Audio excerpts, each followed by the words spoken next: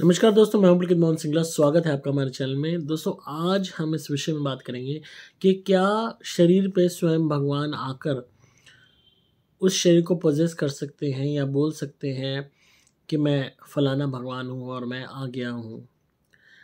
दोस्तों, अपने आप में बहुत विचित्र है और बहुत ही एक ऐसी बात है, ऐसी चीज़ है जो कहीं ना कहीं नहीं हजम हो सकती, पर बहुत लोगों के साथ ऐसी होती है।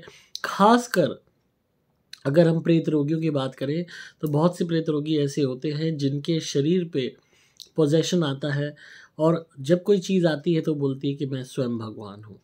ये भगवान कोई भी हो सकते हैं, तो मैं नाम नहीं लूँगा किसी भी भगवान का। और कि विचित्र केसेस में कोई अपने आप को देवी बता सकता है, कोई अपने आप को भगवान बता सकते हैं। तो क्या सच में भगवान या सच में वो देवी आती है?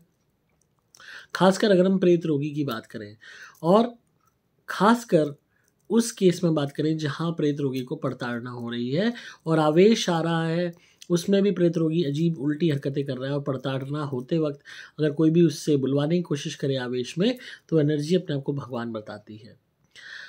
दोस्तों, मैक्सिमम केसेस में ये झूठ होता है। भगवान नहीं होते, बल्कि कोई प्रेतात्मा होती है जो खिलवाड़ कर रही होती है, जो मजाक कर रही होती है, जो गुमराह कर रही होती है और खुद को भगवान बताती है। कभी कोई अपने आप को कह देगा कि मैं तो इसकी मदद के लिए आया हुआ हूँ, मैं तो जो है इस घर का जो हूँ, बहुत ही इम्पोर्टेंट पुराना तुम्हारा कुल देवता हूँ या तुम्हारी कुल देवी हूँ। सपोज़ कोई कहता है कि मैं विष्णु भगवान हूँ, कोई कहता है मैं हनुमान जी हूँ, कोई कहता है मैं देवी माँ हूँ, माँ काली हूँ। तो आप खुद ही इस बात को सोचिए कि इतनी बड़ी शक्तियाँ उनको स्वयं शरीर पे, प्रेत रोगी के शरीर पे आने की क्या ज़रूरत है, उस तरीके से जैसे प्रेत चिपटते हैं। कोई लॉजिक ही नहीं बनता। दूसरी चीज़, प्रेत रोगी के लक्षण प्रेत के आने के बाद जो होते हैं वो सिमिलर नहीं हो सकते अगर भगवान आ जाए शरीर में तो। और सबसे इम्पॉर्टेंट चीज़ कि भगवान को ठीक करने के लिए किसी भी इंसान को उसके शरीर में आना नहीं पड़ता, उसकी ज़रूरत नहीं है भगवान को। वो सर्वशक्तिमान है, और भगवान कभी भी प्रेत रोगी वाली हरकतें नहीं करते, प्रेतों वाली हरकतें नहीं करते, प्रेतों वाली इच्छाओं में लिप्त नहीं होते, क्योंकि माया से बिल्कुल परे है। खाने पीने की इच्छा, घर की, सामान की, कपड़े की, ये सारी इच्छाएं सिर्फ इंसानों तक ही सीमित हैं। यहाँ तक कि आत्माएं जब शरीर पे आती हैं, गलत काम भी करती हैं, तो ये इच्छाएं इंसानों तक ही सीमित रहेंगी और साधारण आत्माओं तक ही रहेंगी। ईश्वर कभी भी इन इच्छाओं की पूर्ति के लिए, या कोई भी देवी देवता इन इच्छाओं की पूर्ति के लिए नहीं आएंगे, क्योंकि उन्हें किसी भी चीज़ की ऐसी इच्छाएं होती नहीं। वो माया से परे हैं, मायापति हैं, माया से बहुत आगे निकल चुके हैं वो लोग। उनका मुकाबला हम साधारण आत्माएं नहीं कर सकती। वो बहुत बड़ी आत्माएं हैं, बहुत शक्तिशाली सुप्रीम शक्तियां हैं। उनके आगे हम ये कह लो कि नखून के बराबर भी नहीं है, धूल के अंश हैं। तो क्या वो हम जैसे तुच्छ मानवों के शरीर में आकर किसी भी तरीके से एक प्रेत रोगी को रोगी बनाएंगे या प्रेत वाली हरकतें करेंगे? बात गले से उतर ही नहीं सकती। बहुत से ऐसे केसेस आते हैं जहाँ नेगेटिव एनर्जीज बने रहने के लिए, ताकि उन्हें निकाला ना जाए शरीर से बाहर, इस तरीके का ढोंग करती हैं, अपने आप को देवी बताती हैं, कुल देवी बताती हैं, घर का पितर बता देती हैं, यहाँ तक कि भगवान तक बता देते हैं। तो ऐसे में कभी भी यकीन ना करें, ऐसे में कभी भी उन शक्तियों पे यकीन ना करें। भगवान जो इतनी बड़ी शक्ति है, जिसने पूरा ब्रह्मांड बनाया, दुनिया बनाई, सब कुछ बनाया, क्या वो इतना लाचार है कि एक शरीर के लिए वो किसी के जिस्म में आएगा? तो इसी से, लॉजिक से ही इससे दिमाग लगाइए। अब जनरली ऐसी जो चीज़ें होती हैं एक डर बना देती हैं आपके मन में, ये ताकि आप कोई भी उपाय ना करो और ऐसी शक्तियों को निकालने का प्रयास ना करो। अब भाई भगवान है, सबसे पहले अगर ऐसा होता है आपके साथ इंसिडेंट के किसी भी प्रेत रोगी में से कोई प्रेत बोलता है अपने आपको भगवान, तो पहले तो उससे पूछे, भाई तू भगवान है तो तुम्हारा ये काम करके बता, इस सब का सॉल्यूशन बता, ये बताओ कहाँ से आए हो, वैकुंठ कहाँ पे है। एक केस आया जहाँ पे प्रेत बोलता है शरीर में कि मैं तो विष्णु हूँ, विष्णु भगवान। तो भाई सबसे पहले तो अपना एड्रेस बताइए, कहाँ से आए हो, हम, ताकि इंसानों को भी पता लग जाए कि किताबों में लिखी बातें सही हैं कि नहीं। और सारा जो ज्ञान है, रहस्य है, उनको उजागर कर दो। पर नहीं, उसमें कोई जवाब ही नहीं होगा, क्योंकि प्रेत जब झूठ बोल रहा है, उस चीज़ का एक भ्रम पैदा करने की कोशिश कर रहा है, तो क्या जवाब देगा। तो मैक्सिमम केसेस में प्रेत आत्माएं ऐसा करती हैं, क्योंकि प्रेत आत्माएं बहुत झूठी होती हैं, बहुत झूठी होती हैं, जिसका आप अंदाज़ा भी नहीं लगा सकते। जिस तरीके से भौतिक जीवन में गंदे लोग मिल जाते हैं, झूठ फरेब वाले लोग मिल जाते हैं, यही लोग मर के प्रेत बनते हैं, जो झूठ में, फरेब में, धोखेबाजी में, बेवकूफ़ बनाने में विश्वास रखते हैं, उल्टे सीधे धंधों में विश्वास रखते हैं। और खाली आज के टाइम में तो वाइट कॉलर क्राइम हो रहे हैं। पढ़े लिखे लोग जो है कौन करने का धंधा बना रहे हैं, बेवकूफ़ बनाने का धंधा बना रहे हैं, झूठ बोलने का धंधा बना रहे हैं, धोखाबाजी में लगे हुए हैं। तो ऐसी ही गंदी फितरत हो जाती है, और मरने के बाद इनकी आत्माएं उसी फितरत को कायम रखती हैं। तो इनके लिए बहुत आसान है कहना कि मैं भगवान हूँ, या मैं कुल देवता हूँ, या मैं देवी हूँ, मैं पितर हूँ। भाई तुम घर के हो, इतने ही सगे हो, या तुम स्वयं भगवान हो, तो शरीर पे क्यों आ रहे हो कब्जा करने? शरीर को क्यों कर रहे हो? तुमने तो करोड़ों अरबों लोग बनाए हैं, तुम्हें तो नीड ही नहीं है इन चीज़ों की। तुम तो सबसे परे हो।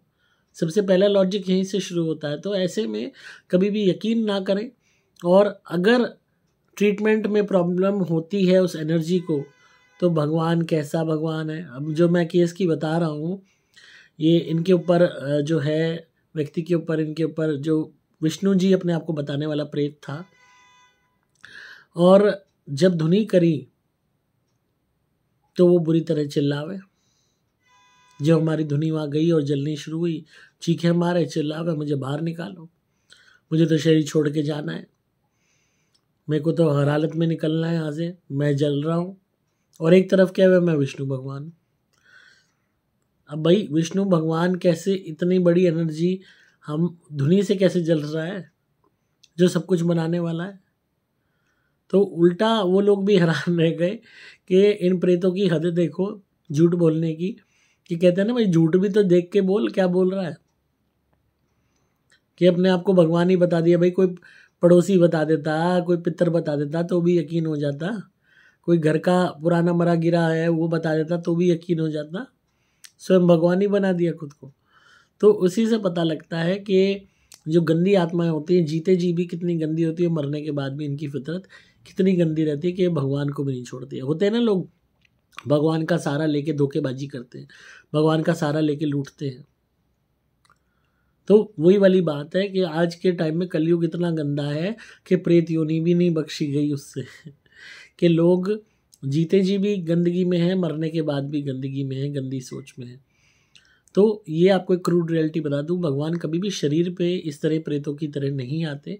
अगर भगवान ने आपको दर्शन देने हैं, या तो सपनों के माध्यम से आपके दर्शन भगवान से होंगे, या गुप्त दर्शन होंगे। उसके ऊपर भी मैं एक वीडियो आपके लिए बना दूंगा, आपको बताने के लिए कि वो कैसे होते हैं। और मैक्सिमम टाइम जब बहुत ज़्यादा भक्ति वाले लोग होते हैं, बहुत ही ज़्यादा डीपली स्पिरिचुअलिटी में आगे चले जाते हैं, या भगवान का ध्यान करते हैं, तो थ्रू ड्रीम्स, सपनों के माध्यम से ही दर्शन होते हैं। सपना आ जाता है, उसमें आप भगवान के ढोक खा रहे हो या भगवान से मिलन कर रहे हो, और अगेन सपना टूटा, आप सुबह उठ गए, पर वो जो एक्ट होता है वो बहुत रियल होता है, क्योंकि वो सपने में आपकी आत्मा का मिलन हुआ होता है भगवान से, आपके शरीर का नहीं। तो भगवान का जो जुड़ाव भी है ना, वो आपकी आत्मा से है, आपके जिस्म से नहीं है। तो अगर भगवान से आप, भगवान को आप देखो भी कि भी कुछ होगा, मिलन भी होगा भगवान से, तो आत्मा के थ्रू ही होगा। कई दफ़ा भगवान से जुड़ी हुई जो पॉजिटिव शक्तियाँ होती हैं या उच्च बली आत्माएं होती हैं, वो शरीर पे आके ज़रूर भला कर सकती हैं अगर करना चाहें तो, पर अगर वो दुख दे रही हैं तो वो पहली बात उच्च बली आत्माएं नहीं हैं, ना वो भगवान से जुड़ी हुई हैं, बस भगवान के नाम का झूठा सहारा ले रही हैं आपको भ्रमित करने के लिए। और जहाँ मदद करने वाली आत्माएं होती हैं, वो ऑब्वियस सी बात है, वो मदद करेंगी, आपको पेशेंट ठीक होता दिखेगा। पर ऐसे में भी भगवान कभी भी शरीर के ऊपर आके उसको पोजेस नहीं करते, उनको इस चीज़ की नीड नहीं है, ना ही वो करते हैं। सिर्फ और सिर्फ भूत प्रेत शरीर को पोजेस करते हैं, छोटे मोटे देवी देवता करते हैं, जो स्थान देवता होते हैं उनकी बात मैं कर रहा हूँ, या पितर करते हैं, या भगवान से जुड़ी हुई उच्च बली आत्माएं जो भगवान की शरण में होती हैं, भगवान के पूजा पाठ में लगी हुई होती हैं, भगवान की भक्त बनी हुई होती हैं, जो प्रेत योनि में होती हैं, या वो मदद करती हैं जिनका सहारा बहुत लोग लेते हैं। अदरवाइज भगवान स्वयं शरीर पे आके उस पर पोजेशन नहीं करते हैं। It is next impossible. तो जिनका भी सवाल था, जिनके साथ भी घटना हुई, ये एक इंसिडेंट बहुत रीसेंट है जो मैंने अभी आपको बताया, तो इसीलिए मैंने वीडियो बनाई। ऐसे में भ्रमित ना हो और हमारी धुनी खूब जलाइए, क्रिया वाले नारियल से उतारा कीजिए ऐसे पेशेंट का। थोड़ी देर में ही बोलने लगेगा कि मैं कौन हूँ, क्या हूँ, अपने आप ही बोली बदल जाएगी। क्योंकि 2-2 मिनट में स्टेटमेंट बदलते हैं। जिस तरीके से एक चोर होता है, 2-2 मिनट में स्टेटमेंट बदलता है, कभी कुछ कहता है, कभी कुछ कहता है, वही हाल इनका होता है। तो बस ये है, सख्ती से आप रेगुलरली घर में धुनी करें। नारियल उतारे जो हम देते हैं उनसे पेशेंट का नारियल उतारा करते रहें। अपने आप देखेंगे कि रिलीफ आता चला जाएगा। और हमारा अभिमंत्रित लॉकेट या कवच ज़रूर पहनाएं उसको, ताकि उसका बचाव हो। तो आई होप आपको आज की वीडियो पसंद आई होगी। तो इसी तरह सुनते रहिए, प्यार देते रहिए, सब्सक्राइब कीजिए चैनल को, ताकि आपको पारलौकिक और आध्यात्मिक दुनिया का ज्ञान मिले। अगर आप किसी भी भूत प्रेत व्याधा से परेशान हैं तो हमारी धुनी मंगाइए, सुपर प्लैटिनम या सुपर स्पेशल एक्स्ट्रा घर में जलाइए, काम बनने लगेंगे। दोस्तों, बहुत लोगों का सवाल पितर शांति धुनी के लिए था कि हम बाकी धुनियों से भी पितरों के निमित्त जलवा के शांति करा देते हैं, तो पितर शांति धुनी किस लिए है? दोस्तों, जो हमने पितर शांति धुनी निकाली है स्पेसिफिकली पितरों के लिए ही है। अगर आप उसको रेगुलरली घर में जलाते हो तो बहुत जल्दी पितरों की कृपा मिलती है, इसीलिए उसका नाम पितर शांति धुनी है। तो अगर आपको स्पेसिफिकली पितरों का संकट आ रहा है, या पितर आपको दुख दे रहे हैं, या पितर खुश नहीं है, तो हमारी पितर शांति धुनी आप मंगाइए, उसको घर में रेगुलरली जलाइए और अपने पितरों को उसका धुआं दिखाइए। जो तस्वीरें हैं आपके बड़े बूढ़ों की, मृत परिजनों की, उसको उनको धुआं दिखाइए और प्रार्थना कीजिए कि इनकी आत्मा को शांति मिले और इनकी कृपा हम पे बनी रहे। और धुनी दिखा के पूरे घर में, घर के बाहर रख दीजिए अपनी ड्यूटी पे, यानी कि मेन गेट के पास। और वहाँ भी यही प्रार्थना कीजिए कि हमारे सभी पितर हमारे घर की रक्षा करें, वो हमारी ड्यूटी पे बैठे और हमारे घर का बचाव करें। तो अपने आप देखेंगे कि आपको रिजल्ट्स बहुत अच्छे मिलने शुरू हो जाएंगे। आपका कोई काम धंधा है, पुश्तैनी पुराना काम है जो आपके बड़े बूढ़े संभालते थे, जो इस दुनिया में नहीं है, या कोई भी परिजन संभालता था, तो वहाँ भी आप पितर शांति धुनी करके ये प्रार्थना कर सकते हैं कि आपके उस फलाना पितर का आशीर्वाद आपके उस काम धंधे पे बना रहे, उनकी कृपा बनी रहे। तो उससे बहुत पॉजिटिव रिजल्ट मिलेंगे, पितरों की बहुत ज़्यादा कृपा मिलेगी, क्योंकि वो स्पेसिफिकली पितरों के लिए ही बनाई गई है।